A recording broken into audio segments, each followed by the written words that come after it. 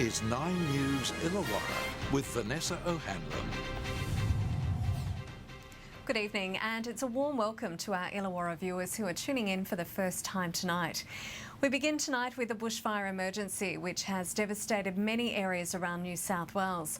On the mid-north coast, homes and farms were lost at Papenburra and Dondingalong, also in the northwest at Boggabri and in the central west region around the town of Urabri. Warren Jarvis is a hardened country bloke, but today he's choking back tears.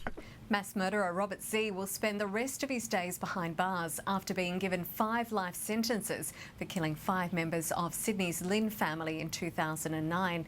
Z showed next to no emotion as his prison term was handed down. His wife Kathy is still proclaiming his innocence. The Lynn grandparents choking back tears. Divisions have emerged in the federal government over a deal to swap preferences with Pauline Hanson's One Nation party ahead of the Nationals. It's angered Deputy Prime Minister Barnaby Joyce, but Malcolm Turnbull says he won't intervene. Keep on digging. Malcolm Turnbull, before the election, tried to bury Pauline Hanson and One Nation.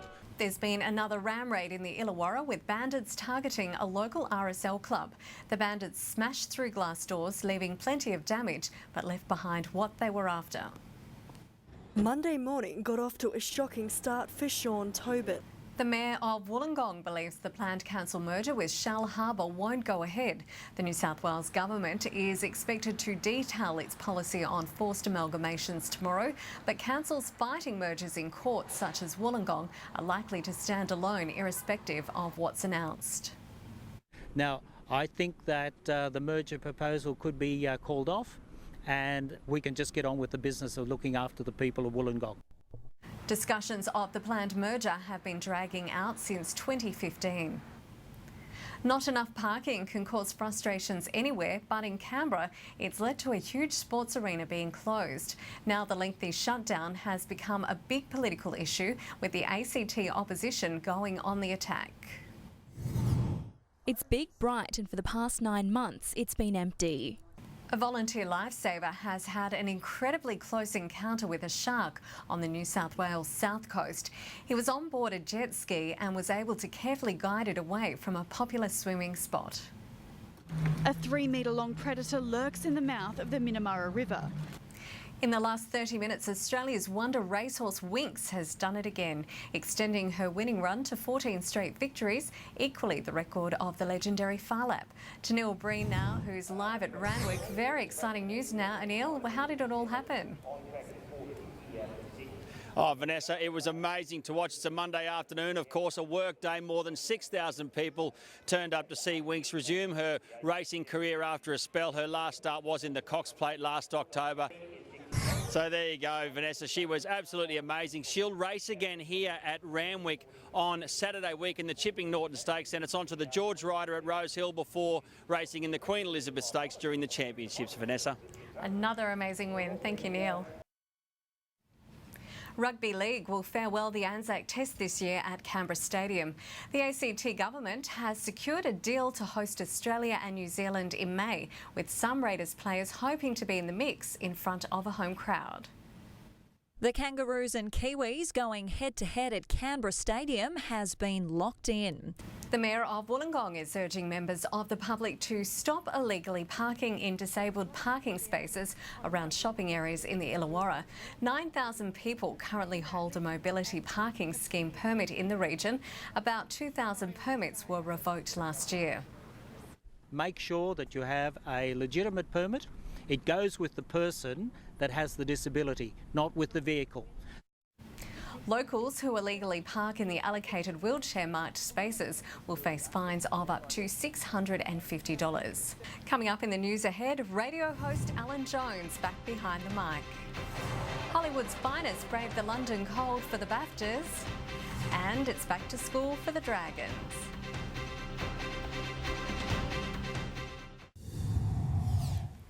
A man has faced court in Wollongong after allegedly attacking a woman with a hammer. A 24-year-old woman was found suffering with head injuries outside a unit block in Warrawong overnight. A 27-year-old man was arrested at the scene. He was refused bail today and will reappear in court again next week. Ahead in the news, the beginning of the end for Parramatta Stadium and a first look at what lies ahead. No winners. A young driver apologises for killing his 3 mates in a car crash. And defying the London chill, Nicole Kidman and the Duchess of Cambridge light up the red carpet at the BAFTAs.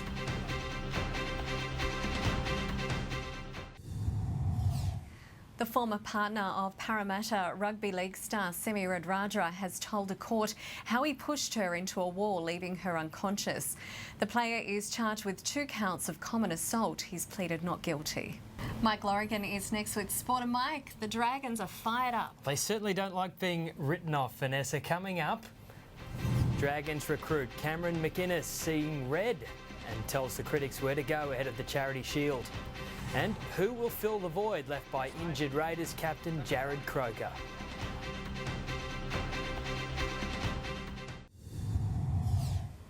The Dragons have rubbished claims they'll be at the bottom of the ladder at the end of the season, with new recruit Cameron McInnes declaring they'll prove the critics wrong. The Red V is coming off a 10-point pre-season win against the Tigers, and there's plenty of confidence ahead of this weekend's Charity Shield. Some time away from the footy field for the Dragons at Shell Cove Public School on the New South Wales South Coast. Aussie Jason Day finished tied for 5th. The Illawarra Hawks will head into the finals with plenty of confidence after demolishing wooden spooners the Brisbane Bullets on the weekend.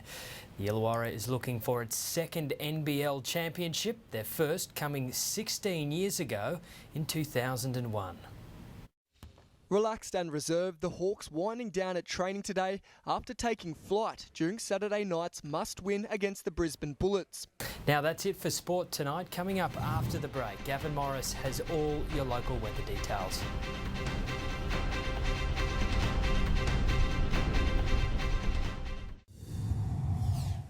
To finance, markets closed higher. The All Ords up 41 points. Our dollar is steady, buying 76.68 US cents. Now Gavin Morris joins us with a look at the weather. And Gav, it's nice to have some normality returning to the region. Thank you, Vanessa. It certainly is. We've got some lovely relief on our hands, but it's going to be short-lived. The heat is going to roll back in. The good news, though, it won't be as severe as what we experienced across the weekend. Cooler temperatures across the board at the moment, and we picked up a little bit of rain. The falls generally light, 1 to 5 millimetres throughout the southeast corner of New South Wales and the ACT, generally 1 or 2 millimetres. All of the big falls continue across the northern tropics and in the west. Record-breaking summer rain continues throughout those regions, breaking up during today. Some big storms across the northern tropics, a few storms around northern New South Wales and southern Queensland this afternoon. That is the cooler air finally clearing the heat across New South Wales and into southern Queensland. Nice to see some speckled cloud formation on the satellite. That signifies cool air. We haven't had much of that at all so far this season. Taking a look at the synoptic chart for tomorrow, it's a big high sliding across the southeast, generating a southeasterly influence along the entire coast. The better falls are going to be further north, clearing locally tomorrow morning. The storms continue across the tropics as it all eases in the west, but overcast and cooler for Perth. Adelaide fairly comfortable, still hot in the centre.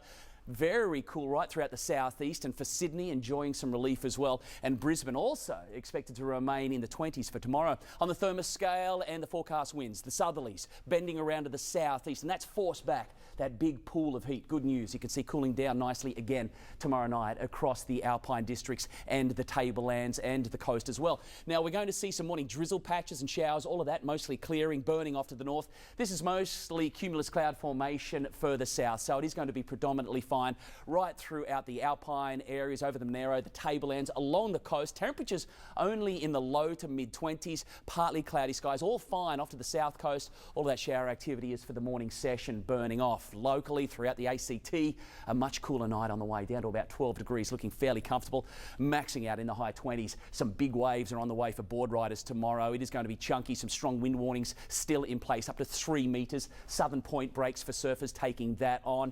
You've got a high high tide at about 11:30, so the low there at 5:15 tomorrow morning. Sun will be up at 6:30 and down just before 8. Looking ahead for Canberra, there's the heat back into the mid-30s. At least it's not into the 40s. Then we've got a decent system coming through. This one is set to produce some decent rain across much of New South Wales, so hopefully that one will come off. We'll keep an eye on that as the week rolls on.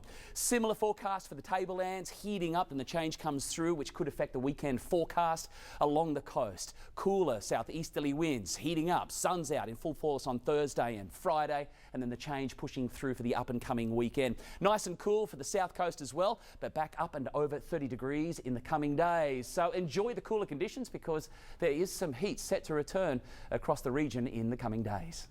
Thanks, Gav. We'll sleep well tonight. And that's 9 News for this Monday. I'm Vanessa O'Hanlon. Good night.